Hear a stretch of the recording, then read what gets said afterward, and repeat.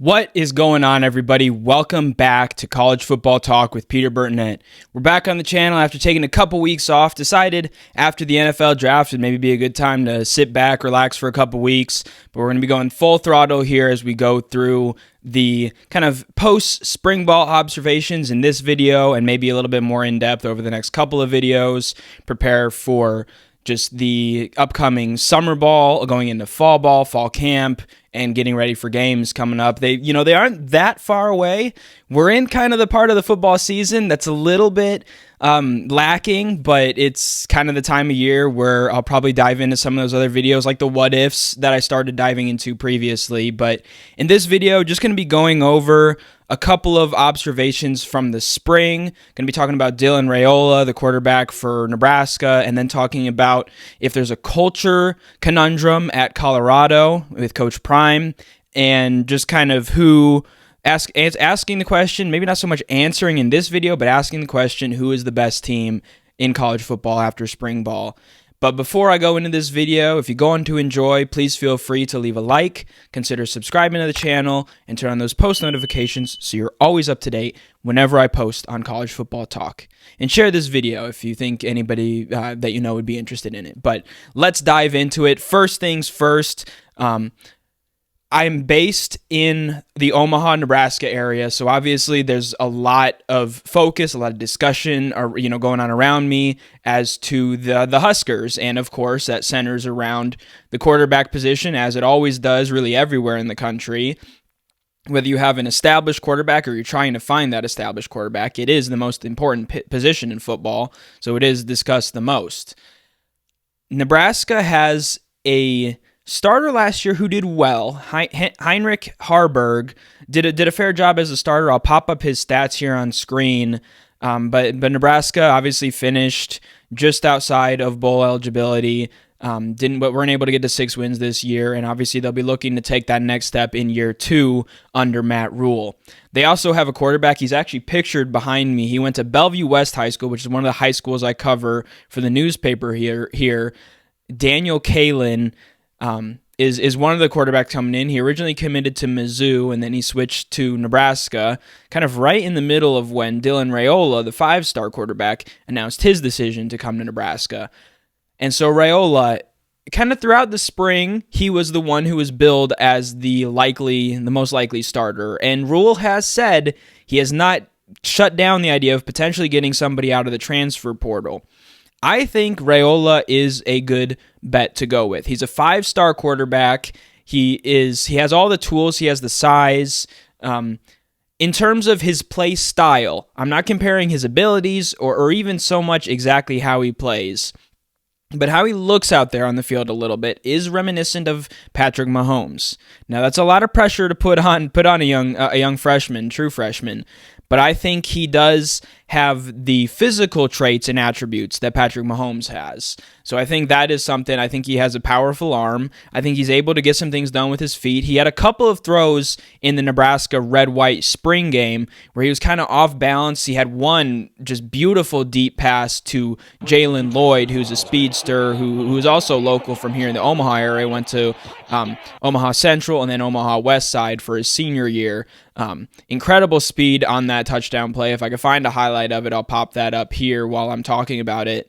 But kind of, took apart the Nebraska defense. Now, when he comes up against some of the other defenses, like even Colorado or especially Big Ten defenses this year, it won't be that easy, but I think those two could be a very interesting connection. I think Jalen Lloyd now is a sophomore and Raiola a true freshman. If those two are able to get things going, I think it could be very interesting for the Huskers. They also have some guys like their tight end, Thomas Fidone, who was a captain at the spring game, and some other options and weapons as well on the offensive side of the ball.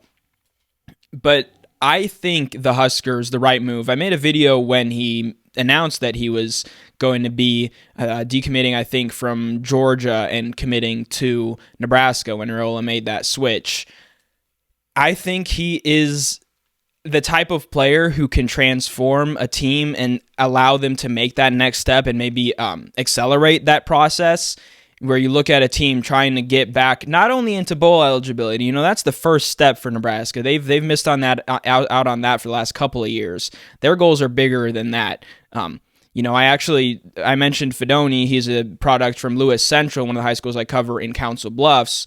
When I interviewed him last year, he told me it was halfway point of the season. I think they were 3-3 at the time, really heading into the bulk of Big Ten play. And he told me that their goal was to win the Big Ten West. Now, the Huskers did not achieve that this year, but I'm sure that is a goal for them again this year. Although, of course, there's no divisions this year, so more so to be that second best team in the conference. There are some tough teams to get past, though, and that kind of is part of what I'm going to talk about. I'll probably maybe shift into that right now. Obviously, kind of the two favorites are Ohio State and Oregon. They're going to be tough to beat. And then just behind them, it's 1A and 1B and maybe like 1C or certainly 2 behind Ohio State and Oregon is, of course, the defending champion Michigan Wolverines. Those three teams are going to be very tough to get past.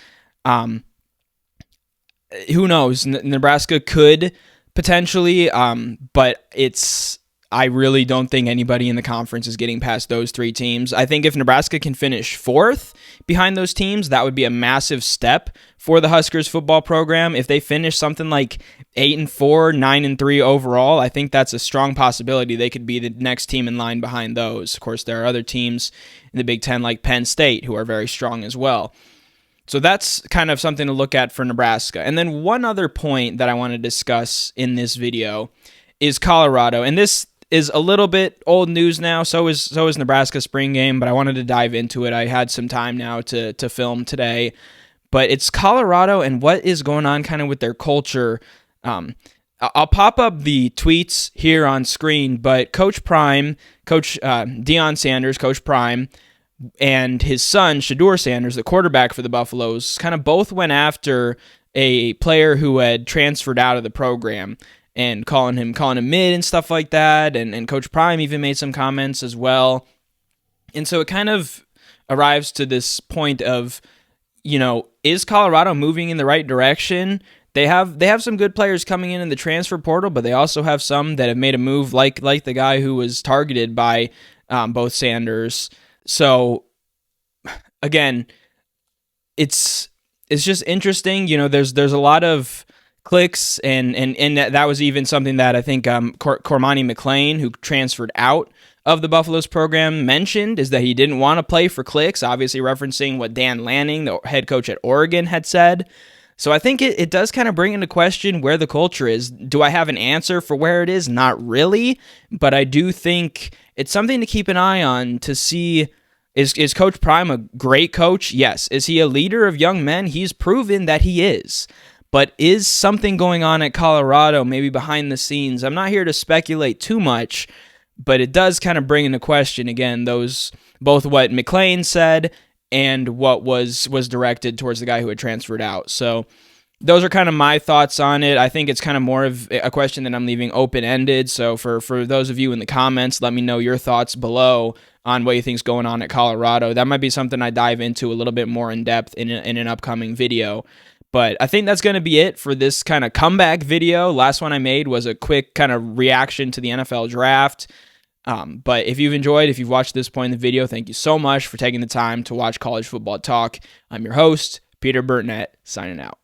Peace.